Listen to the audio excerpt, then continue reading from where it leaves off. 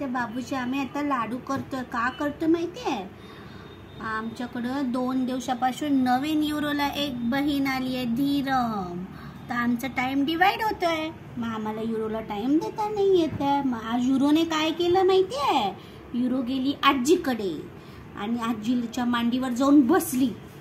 आजीने 15 मिनिटं तिला गोदीमध्ये, आजी कधीच घेत नाही लहान बेबीजला, असं कॅटूला नाही घेत. मग तिच्यासाठी बाबू मिस करत होती मला आणि सायलीला. मग काय केलं आम्ही, मग ती आजीकडे बसली. मग आजीने तिला असं केलं, 15 मिनिटं केलं आणि या गादीवर असं ठेवून दिलं या.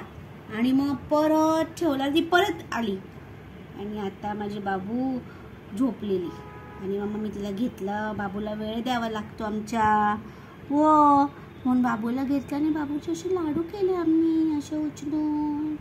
ओ माझ्या बाबू, ओले माझी घंटी, माझी कान बघा कसे झालेत. माझ्या बाबूने काल आंघोळ केली आहे. हो जे माझे बाबू, हो. बाबूला आम्ही लहानपणापासून अशी घ्यायची सवय आहे ना बाबूला, रोज थोडा वेळ तर आम्ही असं घेऊन लाडू करतो. आता नवीन बहीण आली तर आम्हाला टाइमच नाही मिळत आहे बाबूला द्यायला.